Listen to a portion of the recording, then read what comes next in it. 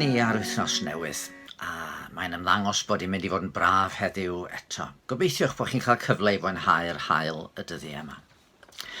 Tybed aws gynnwch chi a ni fel anwes. Pan oedden ni ar yn gwyliau, un o'r pethau ddar ni sylwi arno oedd cymaint o bobl oedd yn mynd â chi am dro. Mi oedd llawer ohonyn nhw dwi'n siŵr yn bobl lleol i ardal Aberporth, ond mi oedd yna eraill oedd wedi dod i aros mewn carafanau, a chan fod llwybr yr arfordir yn braf i gerdded a'r traethau'n agored, roedd yn ymddangos fel petai cwn y greadigaeth wedi ymddangos yn y lle. Yma hefyd ym Mangor, gyda chaeau briwas yn lle braf i gerdded. Mae yna ryw rai bob adeg o'r dydd yn cymryd i cyfeillion peder troed am dro. Ac wrth gwrs, maen nhw'n gallu bod yn gyfeillion. Ymhlith y lluniau sydd gen i ar wal y stydi fan yma, mae yna un o Nel fy'n gi ffyddlon i mi am 1 mlynedd ar 10, a dwi'n dal i'w cholli hi. Mi gefes i bleser tu hwnt o'i chwmni, a mi oedd ni'n llwyddo i'n cael ei allan i gael ymarfer corff bob tywydd. Maen nhw'n deud fod effaith therapiwtig a ni fel anwes yn arbennig. Yn wir, da ni gyfarwydd bellach a chael rhai pobl yn mynd â'i cwn i mewn i ysbyty neu i gartrefi henoed i ymweld â rhai sydd yno a mi bod yn cael lles o'i gweld nhw a'i cyffwrdd a'i hanwesu. Dros gyfnod y pandemig, pan da ni wedi gorfod aros yn cartrefi, gyda phlant ddim yn mynd i'r ysgol neu oedolion yn gweithio o gartref neu ar ffyrlo, mae llawer wedi prynu a ni fel anwes fel hyn. A dydy ddim yn cymryd llawer i gi ennill i le yng nghalon i berchenog.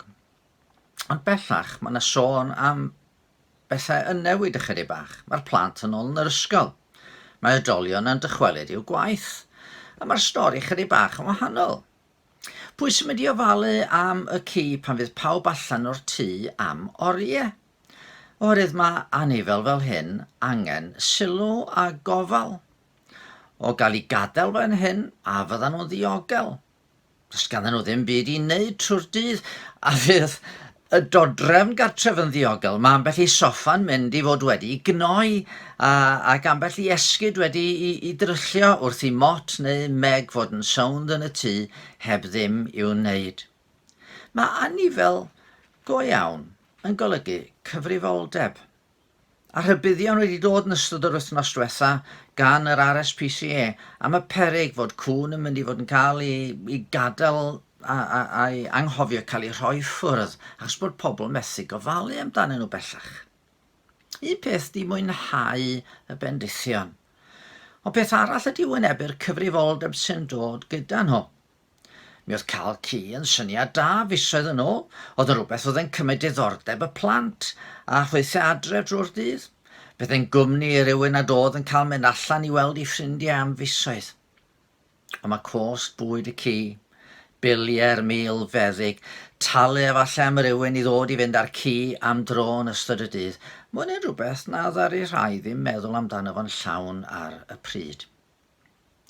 Pan ddoth Iesu'n byd, mi ddoth i gynnig bywyd i ni. Yr wyf fi wedi dod er mwyn i ddynion gael bywyd a'i gael yn ei holl gyflawnder, medde fa. Fe ddoth i ennill maddeuant i ni am yn holl bechodau, bywyd o adnabod Duw, bywyd sy'n parhau trwy farwolaeth i fywyd tragwyddol hyd yn oed.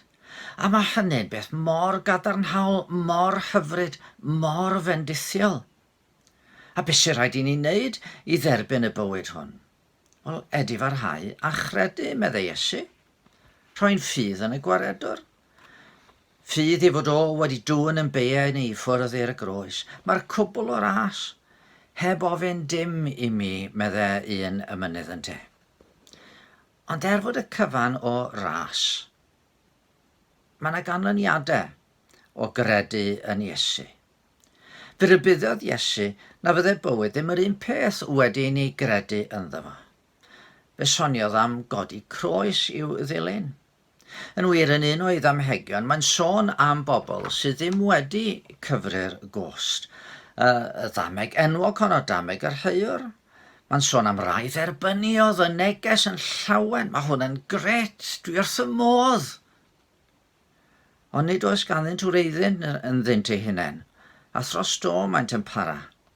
Yna pan ddaw gorthrymder neu erlyd o achos y gair, fe gwympant ar unwaith. Ac mae eraill sydd yn derbyn yr had ymhlith y draen. Dyma rhai sydd wedi clywed y gair, ond mae gofalon y byd hwn a hudoliaeth golyd a chwantau am bopeth o'r fath yn dod i mewn ac yn tagu'r gair ac mae'n mynd yn ddifrwyth. Mae derbyn Iesu fel gwaredwr hefyd yn alwad i'w dderbyn fel arglwydd, a'i ddilyn beth bynnag fo'r gost. Ac i rai mae o'n gost eithafol. Mae yna sawl gwlad yn y byd heddiw, lle mae yna Gristnogion yn colli bywydau trwy beidio gwadu ffydd.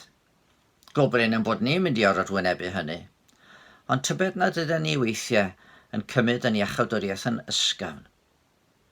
Mae'r arglwydd enghraifft yn galw ni beidio dal dig ond i faddau i rhai sydd wedi gwneud drwg i ni mewn rhyw ffordd. A fedrwn ni adael fynd ar yr hanes nes sydd efallai mynd nôl flynyddoedd a sydd wedi brifo'n calonau ni a weithiau'n dal i frifo. A fedrwn ni adael o fynd. Mae'n gofyn i ni roi heibio ein heilunod.